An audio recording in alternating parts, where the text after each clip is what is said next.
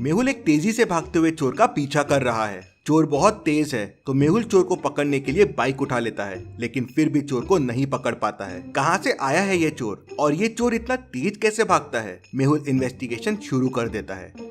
कुछ दिनों पहले 4 घरों में चोरियां हुई थी। मेहुल वह इन्वेस्टिगेशन करने पहुंच जाता है। सबसे पहले चोरी ये बीच वाले घर में हुई थी, दूसरी चोरी ये वाले घर में हुई थी, और तीसरी चोरी ये वाले घर में हुई थी, और चौथी इस घर में हुई। क्या आप इन घरों को देख के बता सकते हैं आपको कोई चोरी का पैटर्न मिल रहा है क्या?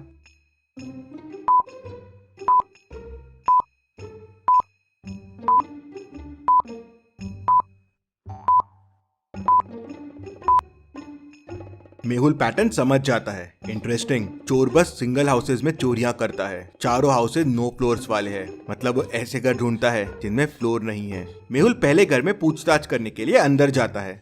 मेहुल घर के ओनर राज से मिलता है। राज बताता है कि चोरी दिन के समय में हुई। मैं घर में ही था, किसी ने डोर नॉक किया। मैंने डोर खोला तो तेज हवा के जैसे कोई अंदर आया और घर में दौड़ने लगा। उसने घर की चीजें उठाई और तेजी से दौड़ते हुए घर के बाहर चला गया। वो इतना तेज था कि मैं उसकी शक्ल भी नहीं देख पाया। इंटरेस्टिंग, कोई इंसान इतना तेज कैसे भाग सकता है? फिर मेहुल बाकी घरों में भी गया जहाँ चोरियां हुई थी और एग्जैक्टली सेम ऐसा ही हुआ। मेहुल घर के नंबर्स देखता है तो पहली चोरी हाउस नंबर 2 में हुई थी, दूसरी 6 में, तीसरी 8 में और चौथी 10 में। मेहुल समझ जाता है कि अगली चोरी कहाँ होने वाली है। आप इन अगले 4 घरों को देख के मुझे बता सकते हैं अगली चोरी कहाँ होने वाली है?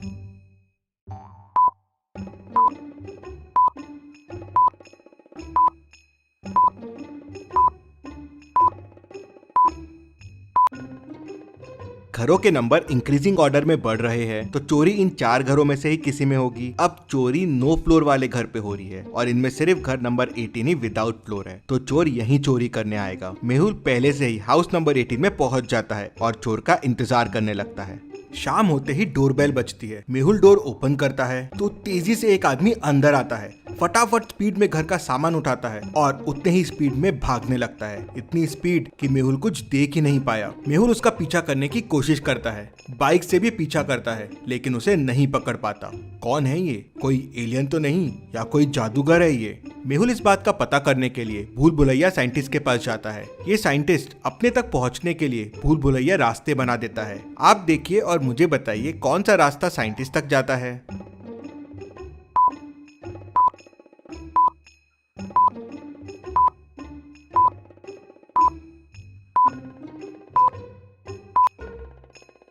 और सही रास्ता है ये जो साइंटिस्ट तक जाता है। मेहुल साइंटिस्ट तक पहुंच जाता है। साइंटिस्ट मेहुल को बताता है कि उसने तेज भागने वाले शूज बनाए थे। उसने ये इंडियन आर्मी के लिए बनाए थे, जिससे आदमी तेज भागे और दुश्मनों के छक्के छुड़ा दे, जो उसके लैब से चोरी हो गए हैं। शूज को मैंने एक लॉकर में छुपा रखा था और उसके बारे में किसी को नहीं पता था। फिर समझ में नहीं आ रहा है कि शूज चोरी कैसे हो गए। क्या आप इस लॉकर को देख के बता सकते हैं लॉकर को खोलने का कोड क्या होगा? सोचिए और मुझे आपका आंसर कमेंट करके बताइए।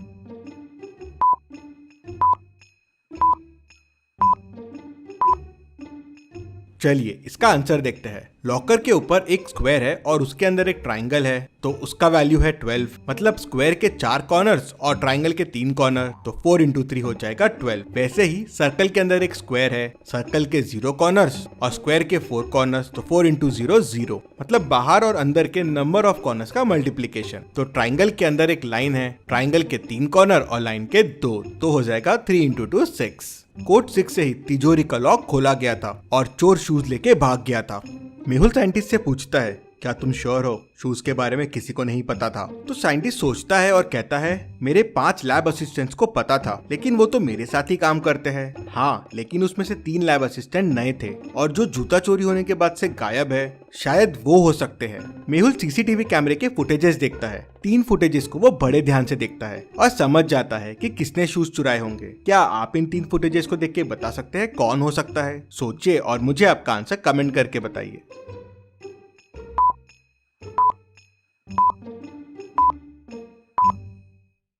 चलिए इसका आंसर देखते हैं। आई पैच वाले असिस्टेंट को ध्यान से देखिए। पहले में राइट आई में पैच है, दूसरे में लेफ्ट में है और तीसरे में वापस राइट में है। मतलब ये बस नाटक कर रहा है। मेहुल उसके बारे में और पता करने के लिए उसके घर पहुंच जाता है, लेकिन मेहुल को घर पे कोई नहीं दिखता। क्या आप इस घर को देख के बता सकते हैं घर पे कोई है या नहीं है?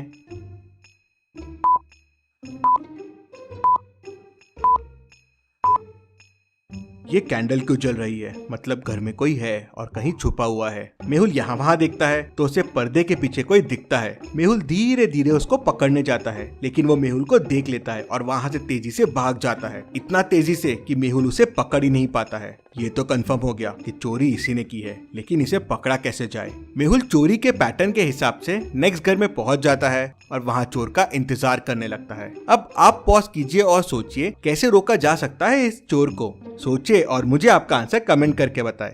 सबसे अच्छे जवाब देने वाले का कमेंट मैं पिन करूंगा।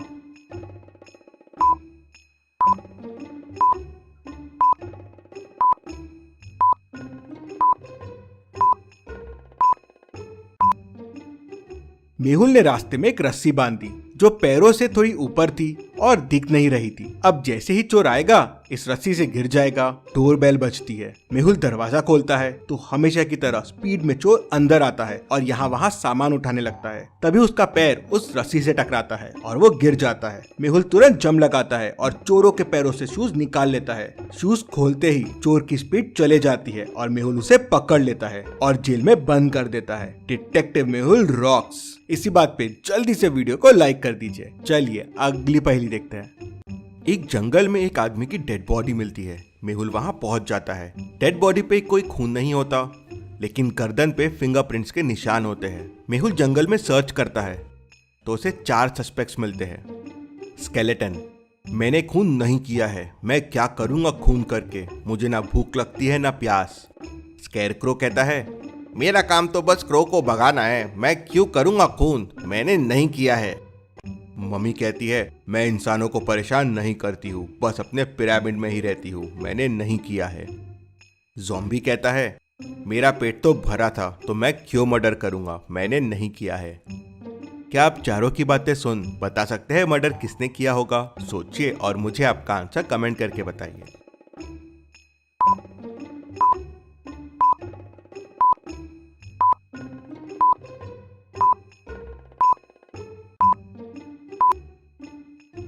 चलिए इसका आंसर देखते हैं। आदमी के गर्दन पे फिंगरप्रिंट्स के निशान हैं। अब चारों में फिंगर सिर्फ ज़ॉम्बी की है, मतलब इसी ने मर्डर किया होगा। मेहुल उसे पकड़ लेता है। चलिए अगली पहेली देखते हैं। लोकेश का उसके रूम में मर्डर हो जाता है। मर्डर करीब 4 बजे हुआ है। उसकी वाइफ डिटेक्टिव मेहुल को तुरंत फोन करके बुला लेती है। मेहुल क्राइम सीन को ध्यान से देखता है, लेकिन उसे वहां कोई क्लू नहीं मिलता। फिर मेहुल उसके घर की मेड और कुक से पूछताछ करता है। मेड कहती है, मैं तो करीब 3:30 को सर के रूम में चाय देने गई थी, उसके बाद मैं सर के रूम में नहीं गई। कुक कहती है, सर मैं तो लोकेश सर के रूम में कभी नहीं जाती हूँ, मैं तो डिनर की तैयारी कर रही थी, यहीं किचन में थी। फिर वाइफ कहती है, मैं करीब 3:45 को लोकेश के रूम में गई थी, वो स्टडी में था और चाय पी रहा था। मैं करीब 3:50 को रूम से बाहर आ गई और फिर सीधा मेरे रूम में चले गई। मेहुल तीनों की बातें सुनता है और तुरंत समझ जाता है कि खूनी कौन है। कैसे? क्या आप सोच के बता सकते हैं खूनी कौन है? सोचिए और मुझे आपका आंसर कमेंट में बताइए।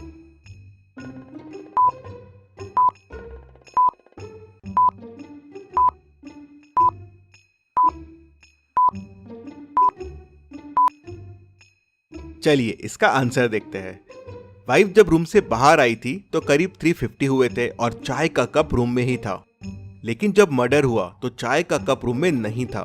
कप रूम से सिर्फ मेड उठा सकती है और वो कप डाइनिंग पे रखा हुआ है, ठीक मेड के पीछे। मतलब मेड जब कप लेने वापस गई होगी करीब 4 बजे, तब उसने लोकेश का खून किया होगा। मेहुल उसे पकड़ लेता है। चलिए अगली पहेली देखते हैं।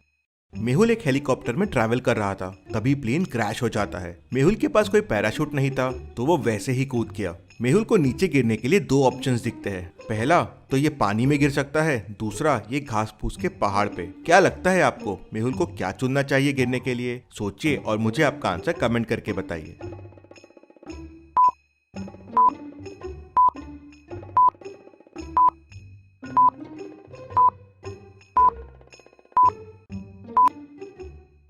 चलिए इसका आंसर देखते हैं। पानी में गिरना बिल्कुल सेफ नहीं रहेगा, इतना ज्यादा इम्पैक्ट आएगा कि मेहुल मर सकता है। घास फूस पे गिरना एकदम सेफ रहेगा, मेहुल गिरेगा और वो दब जाएगा। ऐसी और पहेलियों के लिए डिटेक्टिव मेहुल चैनल को सब्सक्राइब कर लीजिए। Thank you.